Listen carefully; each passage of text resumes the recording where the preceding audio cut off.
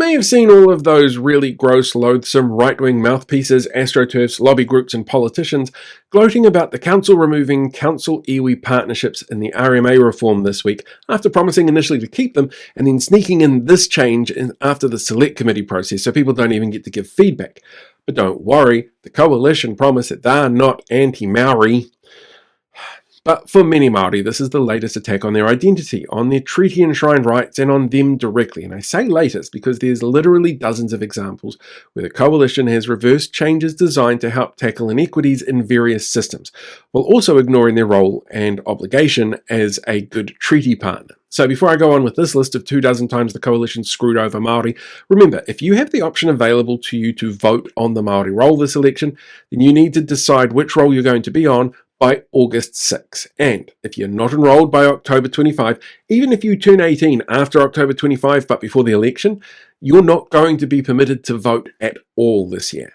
And that's actually number one on the list. The Electoral Commission has said that this change could impact nearly 500,000 Kiwis who did same-day enrolment or updated their details in the early voting period or on election day in 2023, and Maori voters in low decile areas were among the most likely to be impacted by that decision to change that this year. Then there's the advancing of the Treaty Principles Bill. That was driven by the coalition agreement with ACT. The government supported a bill to redefine the established legal principles of the Treaty of Waitangi through legislation. The Waitangi Tribunal and numerous legal experts concluded that the bill undermined Indigenous rights, dismantled partnership obligations under Article 2, that's Tino Rangatiratanga, and substituted them with generic civil rights. There was disestablishing Te Akawhai Ora, or the Maori Health Authority. This was actually one of the coalition's earliest actions when they passed under urgency legislation to dismantle Te Akawhai Ora. The independent entity was originally created to address severe systemic health inequities and mortality gaps experienced by Maori, and its abolition drew widespread condemnation from health professionals and iwi leaders. There was the comprehensive review of treaty clauses across government legislation after they failed with the Treaty Principles Bill. The coalition initiated a sweeping government-wide review of legislation to identify and replace or repeal statutory references to the principles of the Treaty of Waitangi. The scope covered dozens of core statutes across conservation, education, health and environmental law, and it signalled a systemic downgrading of Crown treaty obligations. There was repealing Section 7AA of the Oranga Tamariki Act. The government moved to repeal Section 7AA of the Act, which required the State Care Agency to have explicit statutory obligations to recognise and give effect to Te Tiriti or Waitangi, reduce disparities for Tamariki Maori, and maintain connection to whānau, hapu and iwi. And the initial results for that were absolutely fantastic. This government decided that they wanted to get rid of it. There was enforcing English First Public Service Communication Directives, which is prompted by New Zealand First coalition policy.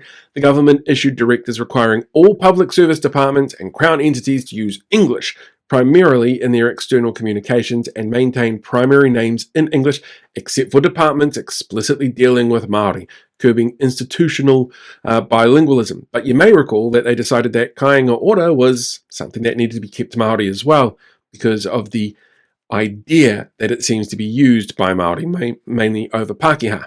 There was mandating local government referendums on Maori wards. The coalition passed legislation forcing local councils that had established Maori wards without holding a local poll to either disestablish them or hold a binding public referendum. This uniquely targeted Maori political representation by imposing a legislative hurdle not applied to general wards or other specialist wards, and more people voted to retain it than to get rid of it. There was halting He Puapua work and rejecting UNDRIP application. The government formally halted all remaining cross-agency work related to He Puapua, which was a blueprint for realising Maori rights that was written in conjunction with the United Nations, and established a strict policy position declaring that the United Nations Declaration on the Rights of Indigenous Peoples has no legal basis in New Zealand domestic law. But this weekend just been, Winston Peters still got up and told his dribbling followers that they were still going to get rid of the thing that they have already got rid of. There was ending state-funded Section 27 cultural background reports, and this was part of their law and order legislative agenda. The coalition actually ended taxpayer funding for Section 27 cultural background reports. These reports help judges understand a defendant's background, systemic disadvantage, and intergenerational trauma, which is a mechanism vital for mitigating disproportionate sentencing rates for Maori offenders. And Paul Goldsmith said at the time, "Yeah, we know this is going to mean more Maori in prison." There was repealing the Smoke-Free 2025 legislation. The government repealed the world-first tobacco control amendments to the Smoke-Free Environments and Regulated Products Act. The original framework featured targeted health equity provisions specifically designed to reduce smoking rates and tobacco-related mortality among Maori. There was repealing the Canterbury Regional Council Ngāi Tahu Representation Act of 2022. The coalition repealed the legislation that had specifically guaranteed dedicated, permanent Ngāi Tahu representation on the Canterbury Regional Council, rolling back localised arrangements designed to honour treaty partnerships in regional resource management. There was directives to systemically strip co-governance from public services. Cabinet issued formal directives instructing all central government agencies to eliminate co-governance from mechanisms from the delivery of public services, which enforces a strict policy framework that prioritises allocation solely on need, not race, which critics argued ignored systemic, ethnically entrenched inequities.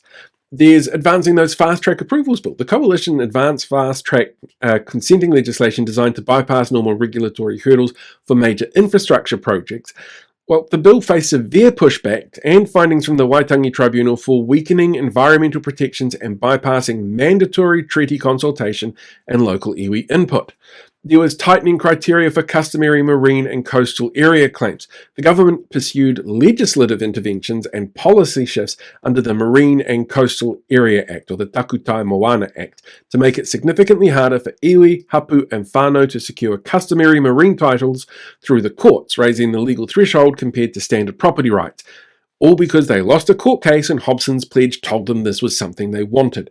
There was challenging independent statutory bodies like Auckland's IMSB. The administration and its support partners have advanced policy positions targeting independent statutory entities like Auckland Council's Independent Maori Statutory Board, or IMSB, which seeks to undermine or review unelected structural representation bodies designed to give Maori formal input into major urban governance. There was repealing the te tiriti mandate for school boards. The government removed the statutory requirement under Section 127 2E of the Education and Training Act compelling school boards to give effect to te tiriti or waitangi. This amendment triggered a mass petition and widespread pushback from a coalition of 88 iwi and major educational organisations, including the PPTA and NZEI, who argued it stripped legal protections for cultural responsiveness and equity. There was the discontinuing of resources for teachers for Māori and literacy. Through budget adjustments, the government actually phased out and discontinued funding for specialist teaching roles, specifically resource teachers for Māori and resource teachers for literacy. Those itinerant specialist roles were designed to provide targeted, localised support for students struggling with literacy and to assist schools in integrating Māori language and cultural frameworks. There was dismantling Kahui Ako, or communities of learning. The coalition dismantled the Kahui Ako collaboration model, cutting funding for across-school and within-school teacher leadership roles. Many low decile and rural schools, particularly those with high proportions of Māori learners, had utilised these collaborative clusters to pool resources, design localised equity interventions, and share culturally sustaining teaching practices. There was overhauling the Aotearoa New Zealand history's curriculum. The administration completely rewrote the social sciences and history curriculum framework with the help of a well-known racist who uses her ex-husband's name to sound more Māori. By reducing the mandatory focus on localised iwi histories, colonisation dynamics, and systemic institutional racism, the revisions sought to rebalance history instruction with traditional geographic and economic topics, which critics and historians have argued minimised the fundamental role of te tiriti in New Zealand's past. There was reprioritising te ahu or te reo Māori professional development. The government redirected and reprioritised funding away from te ahu or te reo Māori. It's a foundational professional development initiative created to lift teacher competency in te reo Māori and tikanga Māori, shifting those financial allocations towards general mathematical and structural literacy tools instead. There was restructuring equity-focused funding in early childhood education, or ECE. The coalition altered funding formulas and accountability metrics across early childhood education, moving away from targeted equity funding models that historically provided additional resources to services operating in high deprivation, predominantly Maori communities, in favour of generalised funding tracks. And there was the centralised English first directives and resource distribution. New curriculum resource guidelines and standardised testing mandates were rolled out with an explicit emphasis on structured English medium milestones.